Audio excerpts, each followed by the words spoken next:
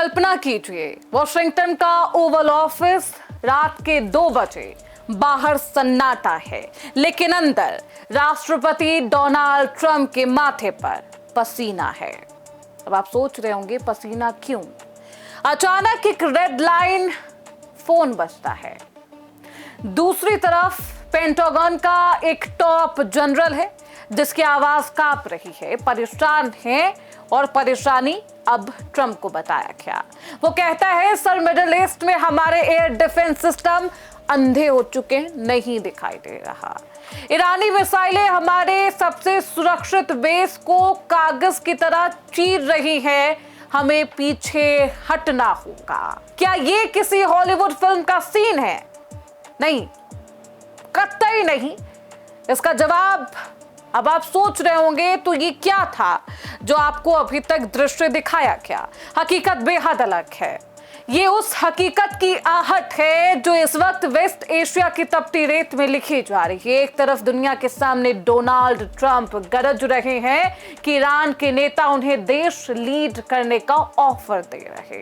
वो दावा कर रहे हैं कि ईरान की जनता उन्हें अपना मसीहा मानती है और वो वहां तख्ता पलट करके एक नई पिट्ठू सरकार बिठाने वाली है। लेकिन क्या ये वाकई सच है या फिर दुनिया की आंखों में धूल झोंकी जा रही? सच्चाई क्या है? सच्चाई जो आपको दिखाई जा रही है उससे बेहद अलग है। और सच्चाई क्या है? ईरान में क्या चल रहा, अमेरिका क्या कर रहा, अमेरिकी सैनिक क्या कर रहे हैं, बताएंगे इस रिपोर्ट में। बहुत स्वागत है आपका। आप देख रहे हैं प्राइम न्यूज का डिजिटल प्लेटफॉर्म और मैं हूं आपके साथ श्रुति अंगद।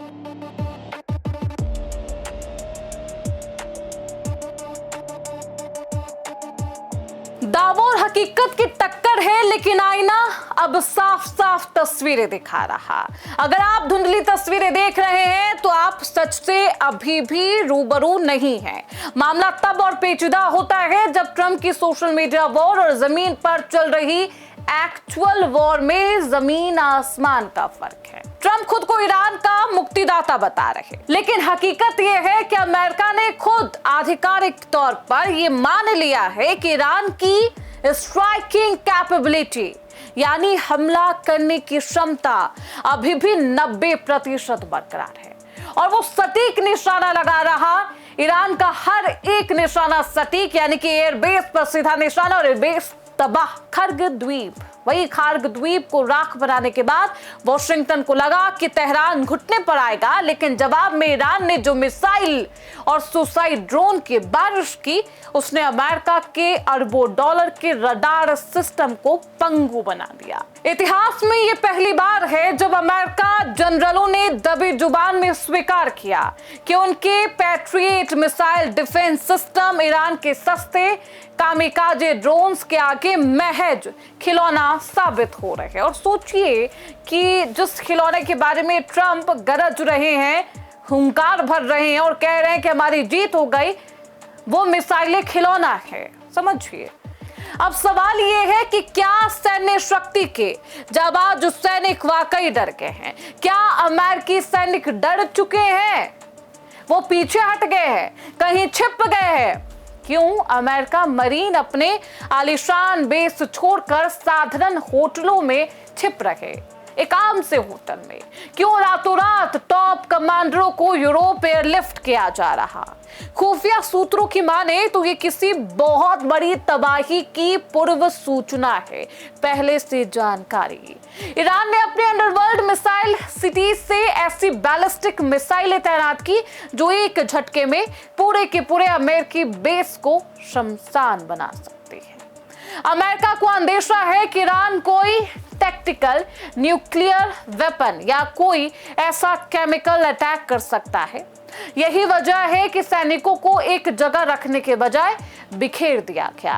कई सैनिकों को कतर और यूएई के होटलों में सिविलियन बनाकर रखा गया है ताकि वे ईरान के टारगेट बोर्ड पर ना आए। ये कोई साधारण वापसी नहीं है, ये एक स्ट्रैटेजिक रिट्रीट है। ग्राफिक्स के माध्यम से आपको बताते हैं कि अमेरिका के सैनिक कहां छिपे हैं, क्यों छिपे हैं, कहां गायब हो रहे हैं अमेरिकी सैनिक। अमेरिका को अंदेशा है कि ईरान करेगा केमिकल अटैक। अमेरिकी सैनिकों को एक जगह रखने के बजाय बिखेर दिया गया है।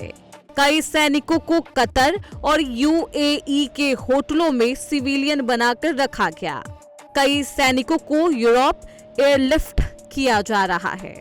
तो देखिए, ये गंभीर मामला है। पेंटागन ने 2200 खतरनाक मरीन सैनिकों को स्टैंड बाय पर रख दिया है, लेकिन उनके कमांडर के चेहरे पर खौफ साफ है। जब ये अमेरिकी मरीन ईरान की सरजमी पर कदम रखेंगे, तब उन्हें एहसास होगा कि वे किसी कमजोर देश पर कब्जा करने नहीं आए। उन्हें यह समझना होगा कि वे वेनेजुएला में नहीं हैं, जहां सिर्फ आर्थिक पाबंदियां और धमकियों से तख्ता पलट हो जाएगा। वहां के सर्वोच्च नेता को आप उठा के ले आएंगे। ईरान में यह बिल्कुल संभव नहीं है कि आप उनके सर्वोच्च नेता को छू सके। ईरान का भूगोल किसी भी विदेशी सेना के लिए कब्रगाह है। भूगोल कैसे, वो समझिए।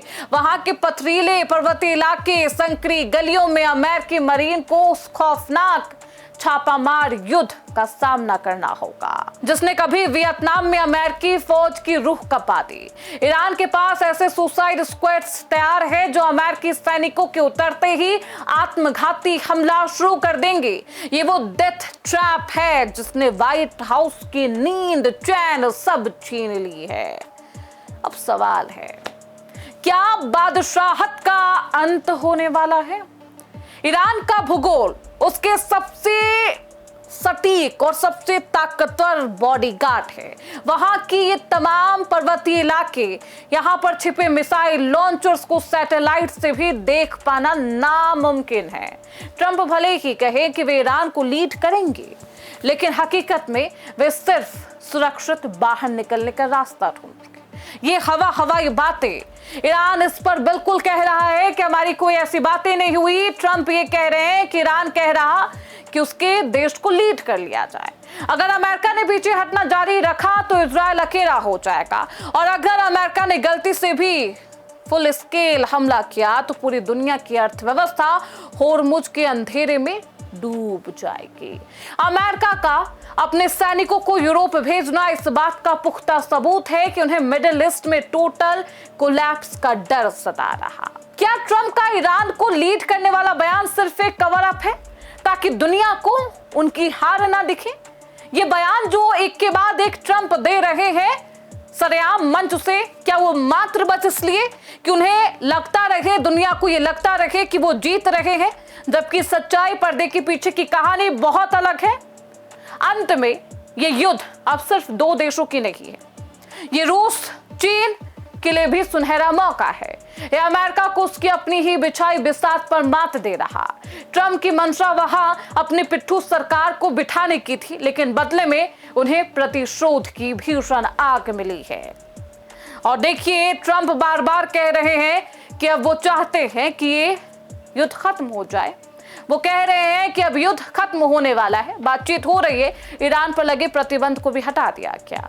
महाशक्ति जब अपने ही बनाए चक्रव्यूह में फंस चुकी है, अगले 96 घंटे ये तय करेंगे कि क्या ईरान की सरजमी पर कभी शांति लौटेगी या फिर ये क्षेत्र आधुनिक इतिहास की सबसे बड़ी सैन्य कब्रगाह बन जाएगा। प्रकृति और राजनीति दोनों अपना अपना रंग बदल रही है, और ये सन्नाटा किसी बेहद भयावह धमाके की पूर्व सूचना है। अब ट्रंप ईरान को लीड करने का जो दावा कर रहे हैं, इसमें कितनी सच्चाई है? जब ये तस्वीरें सामने आई तो लोग पूछने लगे। पूछना लाजमी भी है कि आखिरकार जो दावे ट्रंप सार्वजनिक तौर पर करते हैं उसमें क्या सच्चाई है भी, या फिर सच्चाई बस यही है कि अमेरिकी सैनिक पीछे हट रहे क्योंकि ईरान लगातार धमकी दे रहा कि उसे कुछ हुआ तो वो तमाम उस प्लांट को भी उस धमाके में नेस्तनाबूद कर देगा। अमेरिका को भी बख्शेगा नहीं, इजराइल को तो कतई नहीं। खैर, आगे क्या होगा? आगे आने वाले 96 घंटे बहुत अहम है। क्या होगा अमेरिका की तरफ से? क्या फैसला लिया जाता है? अमेरिकी सैनिकों की तरफ से क्या एक्शन लिया जाता है? ईरान किस तरीके से पलटवार करता है? देखना बेहद दिलचस्प होगा। युद्ध की तमाम अपडेट आपको पल पल की देते रहेंगे। फिलहाल के लिए इस रिपोर्ट में बस इतना ही। देखते रहिए प्राइम न्यूज का डिजिटल प्लेटफॉर्म।